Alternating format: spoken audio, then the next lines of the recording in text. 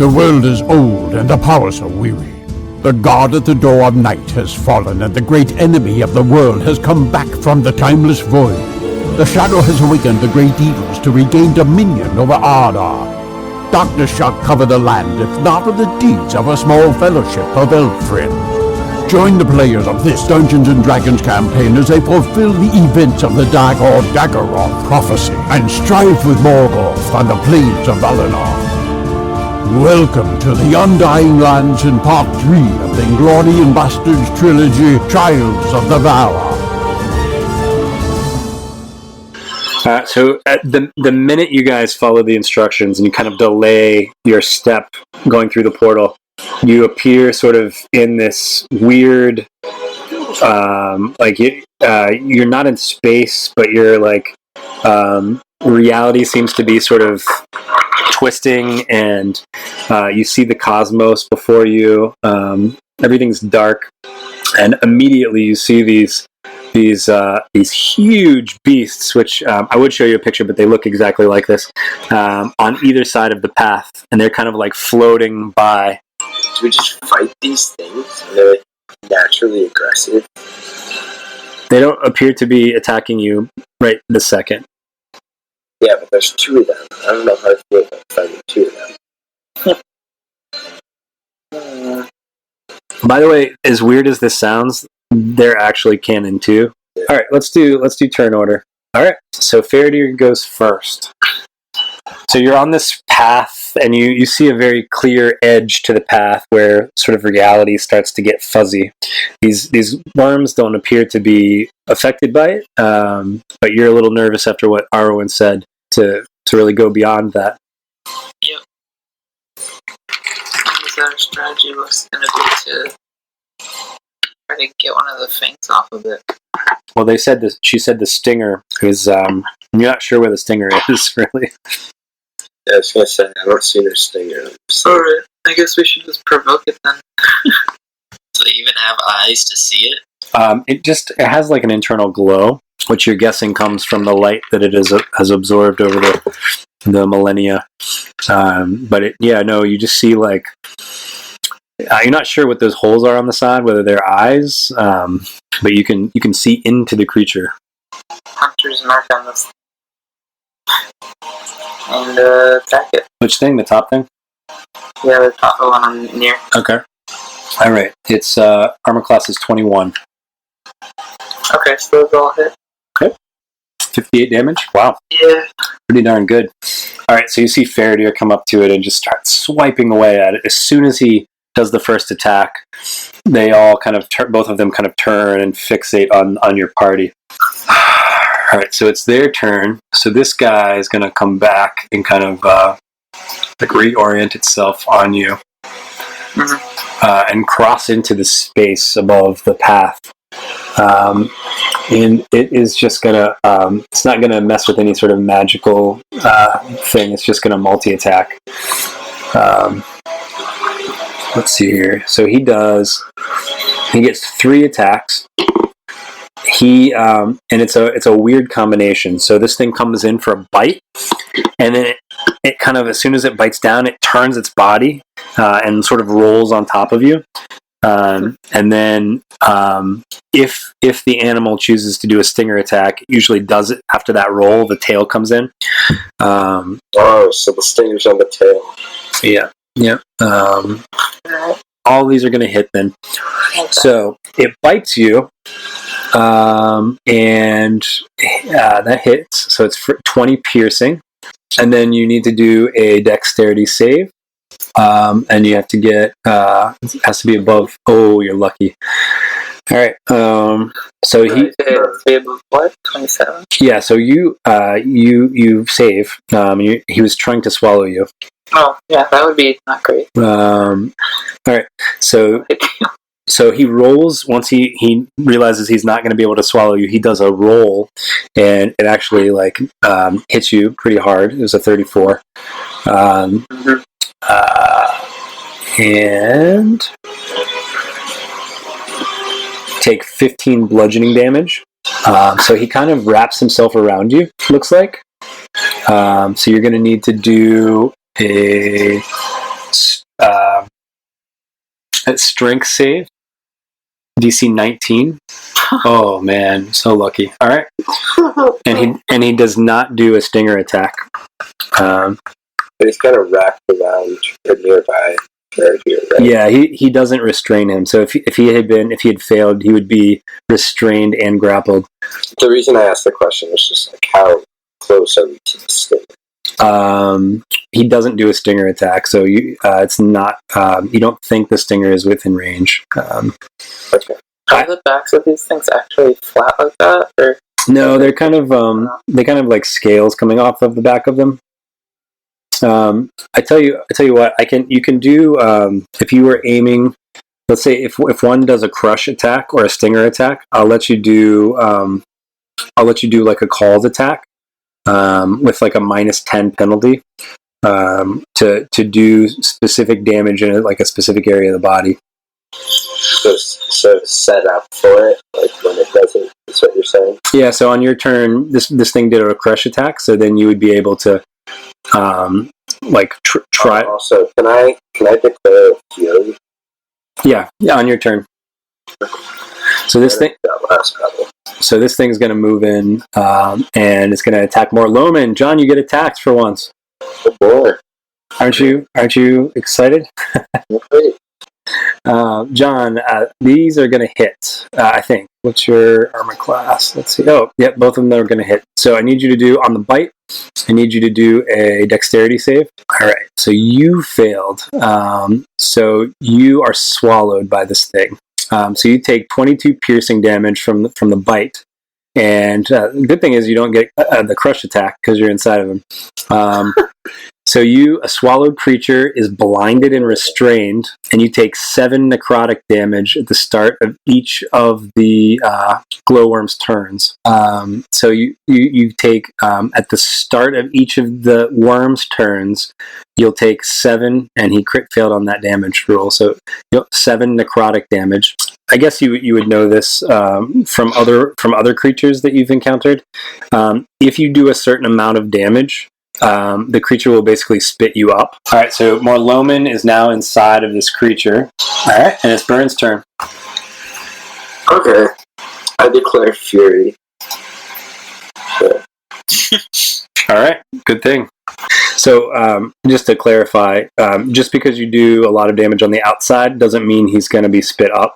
So no guarantee. It's the creature on the inside that, at least your experience with that, the other worm that the group fought in Toleracea, the damage had to be done on the inside. To open its mouth? Yeah. Okay, then I'm gonna wait until one of them uses a sting attack and then aim at the stinger. Okay, you can also do that on a crush attack. On a crush attack? Yeah. Cool, I'll also do it there. If whichever one happens first. Yeah. Do I need to roll my stuff now or when it happens? Well, you had a creature next to you do a crush attack. It's the one to the north. Uh-huh. The one that attacked Faradir. So I said if on its turn either one of them does a stinger or a crush attack, you can take a -10 penalty to do an attack at a specific area of the body. Okay. so you can do that? To do it now. Okay. That's the top one. Top one. Cool. I can only use one attack, correct? You can do 2, 2. but you get a -10 to hit or something like that. Yep. Splintered spears. That sounds like an attack, right? That's something. That's you break your weapon on them to do something. Jeez. I think there's just a regular attack somewhere. I don't remember what's called. The There's the life stealing one. yeah, the one that says fury. Okay. Yeah. So the life stealing. You did it for me. Sorry. Yeah, that's okay. You get 2 of those, I think. Sure. Can I just use it twice then? Yeah. So the first one's going to miss unless you use advantage. Oh, actually, it's still going to miss. Yeah, because you get a -10 for that cold shot. Okay. So then I do it again. Oh yeah. All right. Still missed. Yeah. So if you're aiming for the area around the stinger, you're going to miss both times. Jeez. I don't see you rolling much higher than 25, so maybe this isn't the best plan of attack. So I've already used those, so I'm out of attacks, right? I can't change where they're going. Yeah. I'll just tell you, their armor class is 21. 20? 21. 21. So you need to roll a 31. Yeah, it's tough. It's not happening. Well, you'd have to roll a 19 or 20, yeah. Yeah. Okay. That's helpful then. Alright, Tesoro. Alright, Tesoro's gonna change into Guardian form. Alright, I'm gonna take out half the doll. Alright. And, which is like a little puny pocket knife for your Guardian form. yeah, but he has really long arms. So the first swipe is going to hit. And it's a called shot. So, Nice. wow, man, you were so close on the. Whew. All right, so how much damage do you do to that particular region? Is it a fiend? No. 25. All right, so this particular area of the body seems to be somewhat sensitive. So you actually do 50 damage to it. Where is that? To the stinger portion, sort of like near. It has like a big, it looks kind of like a straight scorpion barb. As also has kind of like glowing blue a little bit, but it appears to be like a pretty sensitive part of his body. So the minute that you strike at this, both of them are going to take a legendary attack on Tesoro. So I guess the first one. Oh shoot! It can't do a tail attack on you. That's unfortunate. So I guess the top one, the one that you hit, lets out a shriek. So all of you need to do a Wisdom save, DC 19. Feels bad. All right. So Burin, Zelindor, and Tesoro, you are all frightened. And oh, wait a second. Can I use my Durance Stone? What's it say? All of your allies within 30 feet lose the fighting condition. Is it a? You have to use an action, though. Is it an action or a reaction? I can Take an action. Yeah. Okay, so you can do it on your turn. Yeah. So you guys can't willingly get closer to these things. I'm as close as I want to be. Yep. And the bottom one, Tesoro, does something called a death roll. Oh, God. So it's Not gonna like a death saving roll. no. So it's gonna hit you. Roll a 29. Ouch. What is the nature of this attack? So it's basically let me read it to you. The glowworm can move up to half of its speed, and it makes a crush attack. Any structure or object in its space takes double crush damage automatically. Crush damage? Yeah. So. Never heard of this. So you take so the crush attack. Did I roll to hit? Let me see. No. Okay, so the crush attack is a 19. Does that hit you? What? A 19? Yeah. Yes, it does. All right. So you take 50 bludgeoning damage. I'm going to use my uncanny dodge. Okay. So that's my reaction. Okay. You also need to do that looks like a strength save to be grappled and restrained. So wait, I'm taking 25 damage, right? Because it's half. Correct. Okay. 0. Okay, then what? A strength save. Strength save. 19 or higher. Oh, lucky. All right. So Tesoro, as big as he is, manages to like kind of sidestep this death roll. So it looks a lot like the crush attack, and now this one is open to that stinger attack as well. All right. And it's Morloman's turn. From the one to the other. All right. Awesome. Okay. So let's see. What is it? Dexterity save? All right, so both of these guys take 40 lightning damage, yet he doesn't spit you out. The one on top is bloodied, so it's Faradyr's turn. Is there any other benefit to hitting the call shot? You think that if you do enough damage on the stinger, you can actually probably like disconnect it from the creature, but it also does double damage, right? Okay. But it's not just the fact that it's doing double damage that gets us closer to getting the stinger. Action surge. And try to hit the stinger 6 times, but I'll probably only hit it once. Oh, wow. So 44? Yeah, 44. Awesome. All right. The stinger is not coming off this round, but it is not looking very good. All right. On its turn, you see a sight that you wish you hadn't seen, and that's this creature coming from the other side of the screen. It can go this far, so he's coming for Zelindor. No, he's not. So we just need to get one stinger, right? And then we should just pull. Alright, and the other are going to, let's see, John, now you take 7 damage. Alright, and let's see. Top guy is going to multi-attack Faradir. Alright, so the bite is going to hit, and then you take 11 piercing damage, and do a Dex save, please. So you are not swallowed. The crush attack with disadvantage misses you, luckily, and he is doing a stinger attack on you. And with disadvantage, he misses. Alright, sweet. Alright, the bottom one is going to, let's see, who's he going to attack? I guess he's gonna come up here to Tesoro. He's gonna continue working on Tesoro. Here we go. So the bite attack is gonna hit and does 23 piercing damage. There's feats you can take, Charlie. And you need to do a dexterity save.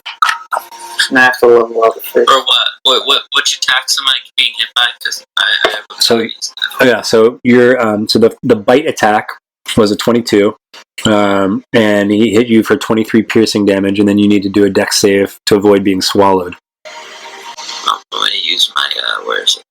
Armor? Yeah, my armor effect, and just say that it missed.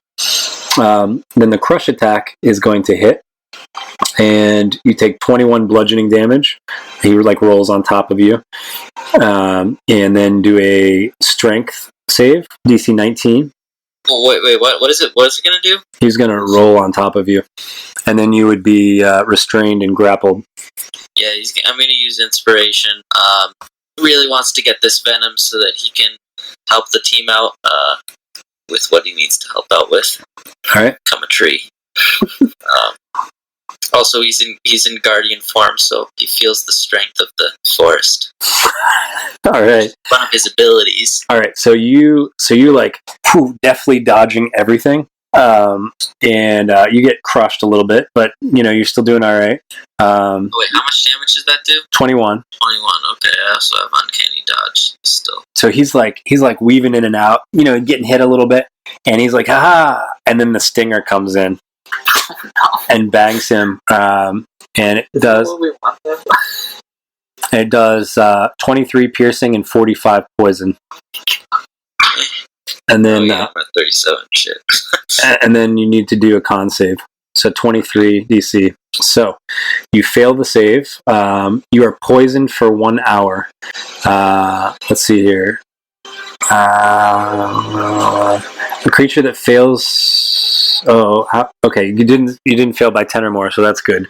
So you are poisoned, which means. Do you know what that means, or do you want me to read it to you? You read it, yeah. All right. Poison creature has disadvantage on attack rolls and ability checks. Attack rolls and ability checks. All right. And the glowworms are done. Burns' turn. So the other thing that happens to you when you get hit with the stinger, let's see here. Your dexterity goes down by 2, and your hit points max in your guardian form goes up by 10. And this has nothing to do with the glowworm. This is what happens when the poison is injected into you. Oh, okay. So the dexterity is permanent? Correct. Okay, and then is the health permanent in my normal form too? Just guardian form. Just guardian form, I get an extra +10. Yep. Okay. And you guys, like, as soon as you see him get hit with the stinger, obviously, it, like, takes a lot of life out of him. Is And it +10 max health? yes, correct. But you see his color go from like a silver green to a more sort of brilliant amber hue. Sweet. Is that good? I mean, we're getting the poison so we can, in a controlled way, give it to him. Oh, that's true. Well, I just got the poison. Right. Like, we need that anymore, right? Because I literally just got poison. Yes, except that John is in the mouth of one of these creatures. Okay, so we need to get him out and then leave, right? We don't need the stingers anymore. We're at 11 o'clock almost. We have 5 minutes, though, to discuss which trial you want to do next, so I know what to prepare for if you guys survive this one. All right, so the trial of Yavanna will be to find the Telperian sapling in Meneltarma. Do you remember where Meneltarma was? There were two things about Meneltarma. The first is, let me share it with you. Is this still above water? Meneltarma is Just the peak, right? just the peak, just for a second.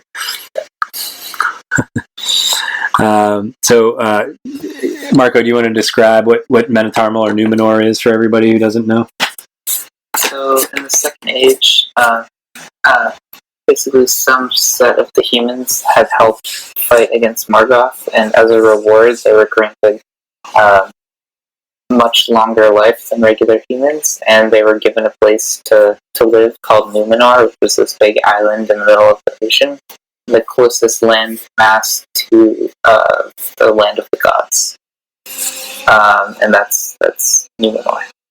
But basically, they got greedy over time and wanted to be immortal fully, and then one of their kings, Alpharazon, tried to invade.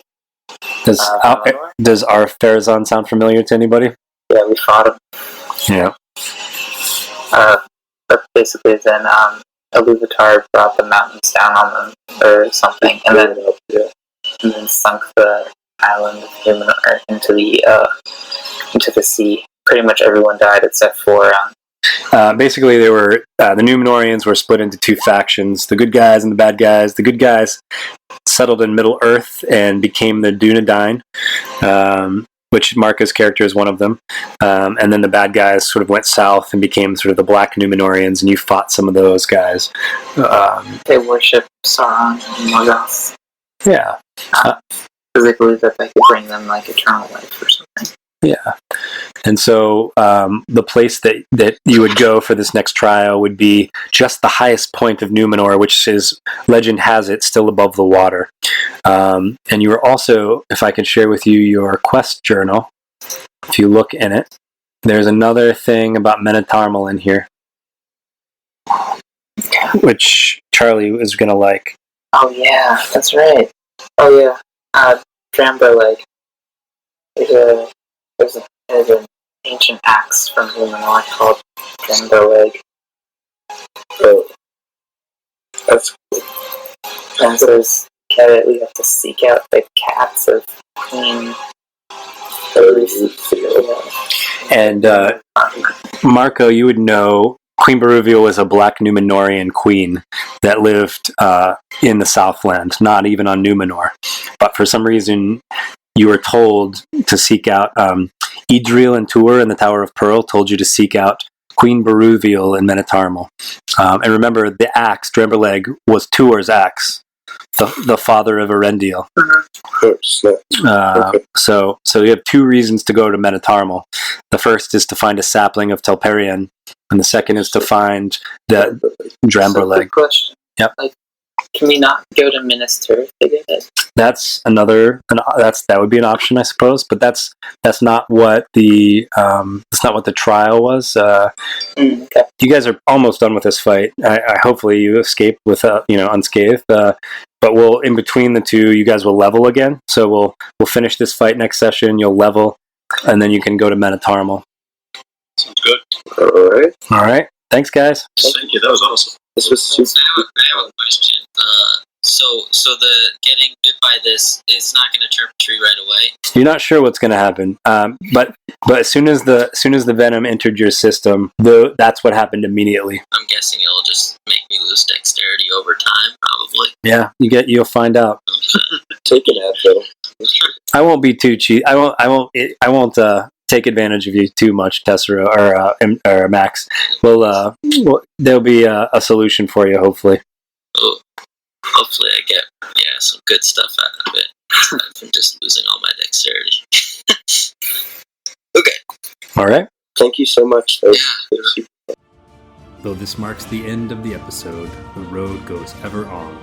Until next time, join us at longwinded.one and consider giving us a review on Apple Music, Spotify, or really whichever platform you choose.